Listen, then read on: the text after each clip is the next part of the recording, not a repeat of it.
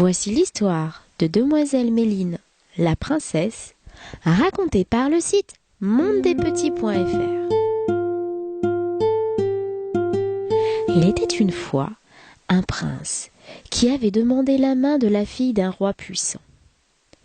Elle s'appelait Méline et était admirablement belle.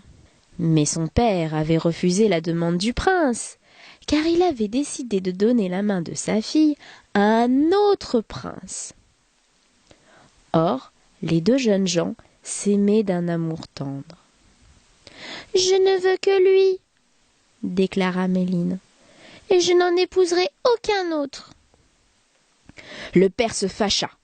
Il fit construire une tour à l'intérieur de laquelle pas un seul rayon de soleil ni la lueur de la lune ne pouvait passer. Et il dit: « Tu seras enfermé dans cette tour. Je viendrai régulièrement pour voir si ton obstination et ton entêtement ont été brisés. » On apporta dans la tour à manger et à boire. Méline et sa femme de chambre y furent emmenées et emmurées. Le prince venait souvent près de la tour et appelait Méline par son nom. Mais le mur épais ne laissait pas passer sa voix.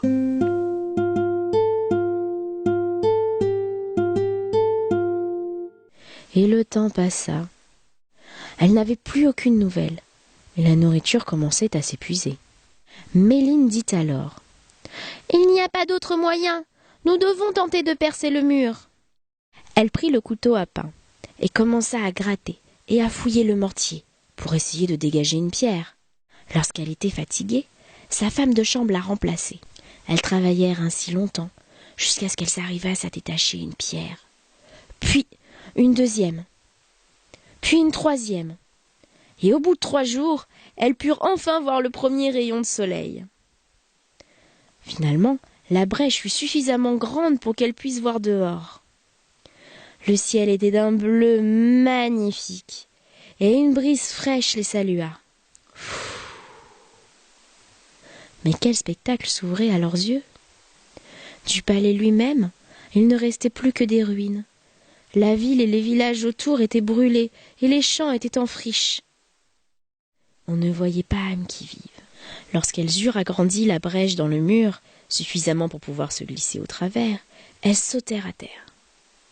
Mais que faire? L'ennemi avait dévasté tout le royaume. Elles se mirent à marcher, au hasard, pour trouver un autre pays. Mais elles ne trouvèrent ni un toit pour se réfugier, ni une seule personne qui leur tende un morceau de pain. Tout allait si mal qu'elles finirent par arracher des orties pour se nourrir. Finalement, elles arrivèrent dans une grande ville. Un cuisinier eut pitié d'elles et leur permit de rester pour l'aider à la cuisine.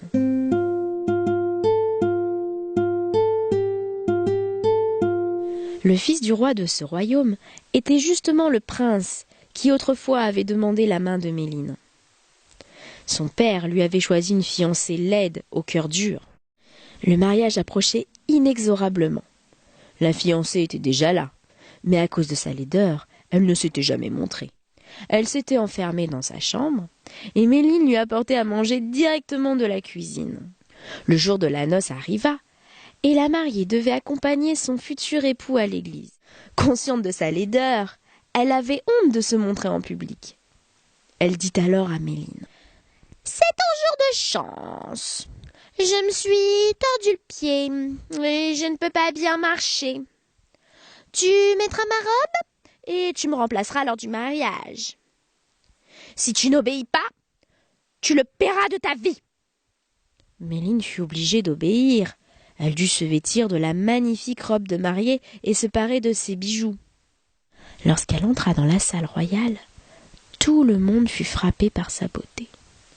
Le roi dit à son fils: « C'est la mariée que je t'ai choisie et que tu conduiras à l'autel. » C'est le portrait même de Méline, pensa-t-il. Si je ne savais pas que ma bien-aimée est enfermée depuis des années dans sa tour, je croirais, ma foi, que je l'ai devant moi. Il offrit son bras à la mariée et la conduisit à l'église. Des orties poussaient près de la route, et Méline leur dit: « Ortie, petite plante gracieuse, tu m'as l'air bien soucieuse. Ne t'inquiète pas, je n'ai pas oublié le temps du chagrin refoulé. le temps où tu fus ma seule, Pitance. Peu douce et crue, mais en abondance. Qu'est-ce que tu dis? Rien. Je pensais juste à la princesse Méline. La connais-tu? Mais non. Comment pourrais-je la connaître? J'en ai juste entendu parler. Le marié prit un collier de très grande valeur et lui passa au cou. Ils entrèrent dans l'église et devant l'autel, le prêtre lia leurs mains et les maria. Sur le chemin du retour, Méline ne prononça pas un mot.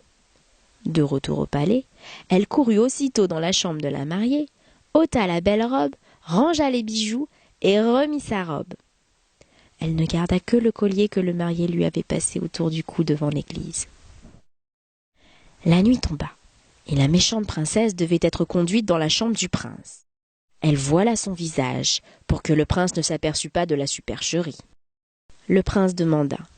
« Qu'as-tu dit aux orties près de la route ?»« À quelle ortie? Je parle pas aux orties, moi !» Si tu ne leur as pas parlé, alors tu n'es pas la vraie mariée. Mais la mariée trouva la parade. « Attends !» s'écria-t-elle. Elle sortit de la chambre et s'en prit à Méline. « Servante! Qu'as-tu dit aux orties près de la route ?»« Je n'ai dit que cela. Ortie, petite plante gracieuse, tu m'as l'air bien soucieuse. Ne t'inquiète pas, je n'ai pas oublié le temps du chagrin refoulé, le temps où tu fus ma seule, Pitance, peu douce crue, mais en abondance. Ah, cela te coûtera la vie !» Elle retourna vite près du prince. « Ça y est, je me rappelle maintenant de ce que j'ai dit aux orties. » Et elle répéta les paroles qu'elle venait d'entendre. « Et où est le collier que je t'ai donné devant la porte de l'église ?»« Le collier ? Le collier, tu m'as pas donné de collier, hein ?» Si tu ne le sais pas, tu n'es pas la vraie mariée. Il lui arracha son voile et vit son visage incroyablement laid. « Comment es-tu arrivé là ? Et qui es-tu ?»« Je suis ta fiancée promise. Mais j'avais peur que les gens se moquent de moi. C'est pourquoi j'ai ordonné à la petite Souillon de mettre ma robe et d'aller à l'église à ma place. » « Où est cette fille ? Où est cette fille ? Je veux la voir. Va la chercher. » La méchante princesse sortit de la chambre et dit au serviteur que sa femme de chambre était une faussaire et qu'il fallait sans tarder l'amener dans la cour et lui couper la tête. Les serviteurs attrapèrent Méline et voulurent l'emmener. Mais Méline se mit à crier et à appeler au secours si fort que le prince entendit sa voix et arriva en courant.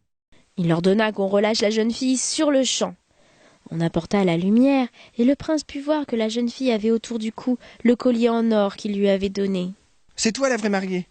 Pendant le trajet vers l'église, tu as parlé de la princesse Méline. Tu lui ressembles tant. »« Je suis Méline, celle qui par amour pour toi fut emprisonnée dans un cachot obscur. Mais aujourd'hui enfin, le soleil a de nouveau brillé pour moi.